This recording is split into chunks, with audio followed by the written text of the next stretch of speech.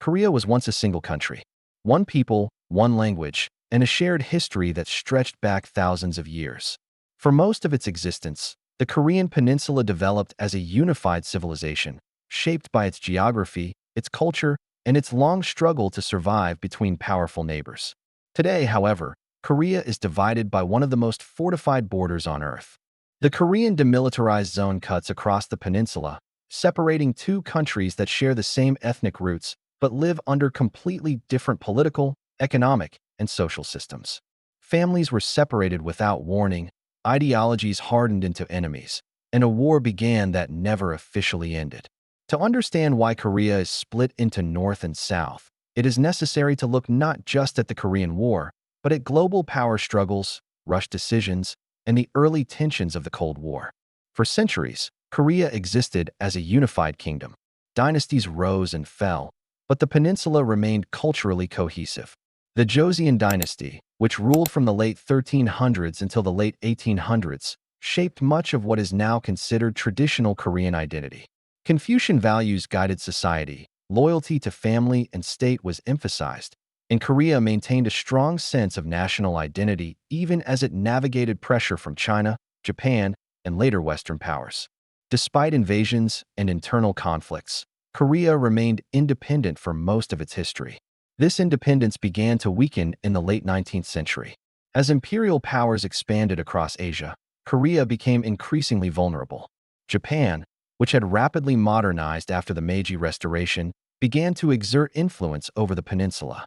Following a series of conflicts, including the Russo-Japanese War, Japan emerged as the dominant power in the region. In 1910, Japan formally annexed Korea, turning it into a colony. For the next 35 years, Korea was ruled by Japan. Japanese colonial rule was harsh and deeply resented. Korean political institutions were dismantled, land was seized, and economic policies primarily benefited Japanese interests. Koreans were pressured to abandon their language and culture, adopt Japanese names, and conform to Japanese customs. Any resistance was met with severe punishment. While Japan did invest in infrastructure and industry, these developments were designed to support Japan's war efforts and economic expansion, not Korean self-determination.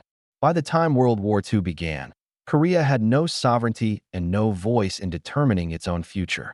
The end of World War II marked a turning point. In August 1945, Japan surrendered after the atomic bombings of Hiroshima and Nagasaki. With Japan's defeat, its empire collapsed almost overnight. Korea was finally free from colonial rule, but this freedom came with uncertainty. Japan's surrender happened quickly, and the Allied powers had not prepared a detailed plan for Korea's future. A power vacuum emerged, and global politics moved in to fill it. At this point, the United States and the Soviet Union were allies, united by their shared goal of defeating Japan and Nazi Germany. However, mutual distrust already existed beneath the surface. As Soviet forces moved south through Manchuria and into northern Korea, American leaders became concerned about Soviet influence spreading further into East Asia. To manage the surrender of Japanese forces in Korea, U.S. officials proposed a temporary division of the peninsula along the 38th parallel. The Soviets would accept Japan's surrender north of the line, and the Americans would do so in the south. This decision was made quickly and with little consideration for Korea itself. The line followed no natural boundary and reflected no cultural or historical division. It was chosen largely for convenience. At the time, it was meant to be temporary, a short-term administrative measure until Korea could be reunited under a single government. Korean leaders were not consulted, and the Korean population had no say in the decision. What was intended as a practical solution soon became something far more permanent. As the United States and the Soviet Union established military administrations in their respective zones, the differences between North and South became more pronounced. In the North, the Soviet Union supported local communist groups and helped install a government aligned with Marxist-Leninist ideology. Kim Il-sung, a former guerrilla fighter who had opposed Japanese rule, emerged as the leading figure.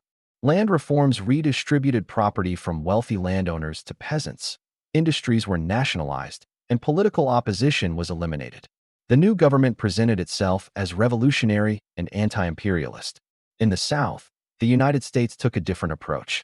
American military authorities focused on preventing the spread of communism and supporting leaders who aligned with Western democratic ideals. Syngman Rhee, a Korean nationalist who had spent years in exile, became the central political figure. His government was strongly anti-communist and backed by the United States.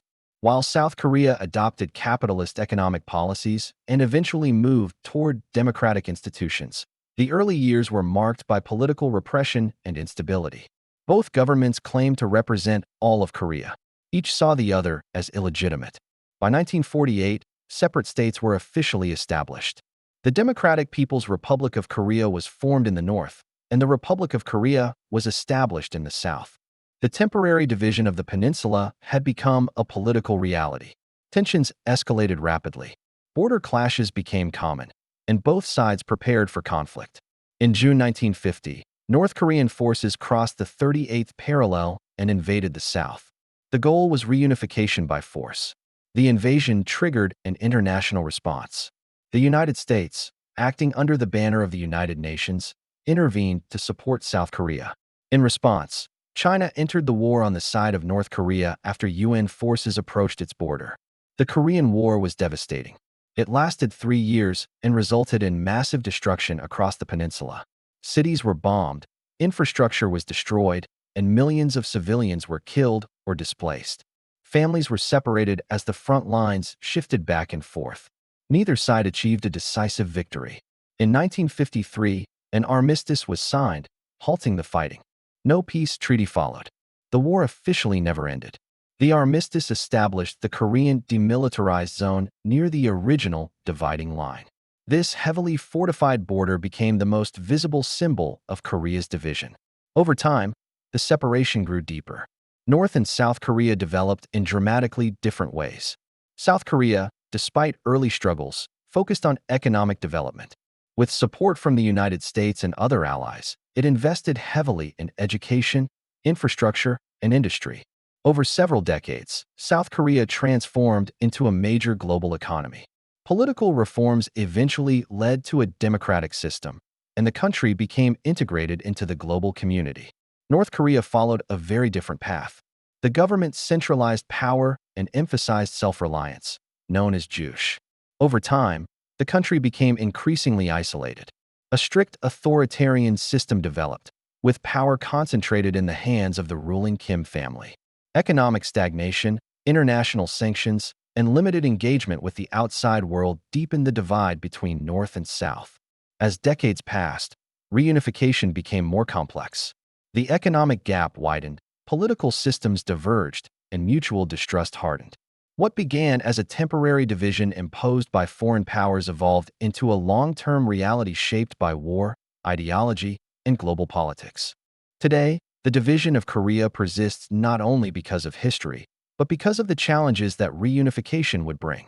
The two Koreas have lived under separate systems for generations. Economic differences are vast, with South Korea's economy being many times larger than that of the North. Political ideologies remain fundamentally opposed. Reunification would require enormous financial resources, political compromise, and regional cooperation. There are also international considerations. Korea's division is closely tied to the balance of power in East Asia. Neighboring countries, including China, Japan, Russia, and the United States, all have strategic interests in the region. Any major change on the peninsula could affect regional stability. As a result, reunification is not solely a Korean issue, but an international one. Despite periodic talks and moments of diplomacy, progress has been limited. Military tensions remain high, and the Korean demilitarized zone stands as a reminder of unresolved conflict. For many Koreans, especially older generations, the division remains deeply personal. Families separated by the war were never reunited, and the emotional scars of separation continue to shape national memory. The story of Korea's division is not simply a tale of internal conflict. It is a reflection of how global power struggles can shape the fate of entire nations. Decisions made quickly and without local input can have consequences that last for decades. Korea did not choose to be divided. The split was imposed during a moment of global transition, then solidified by war and ideology. Understanding why Korea is divided requires looking beyond the peninsula itself. It requires understanding the early Cold War, the fears of expanding influence, and the way superpowers sought to secure their interests in a changing world. Korea became a front line in a larger struggle, and its people paid the price. Today, North and South Korea remain technically at war. The armistice that ended active fighting did not bring peace, only a pause. The border that divides the peninsula remains tense, guarded, and symbolic. Yet beneath the political division lies a shared history that predates the split and continues to shape Korean identity. The division of Korea serves as a reminder that history is often shaped not just by nations, but by moments of uncertainty and fear. What was meant to be temporary became permanent. What was drawn on a map became a reality lived by millions. And that is why Korea is split into two.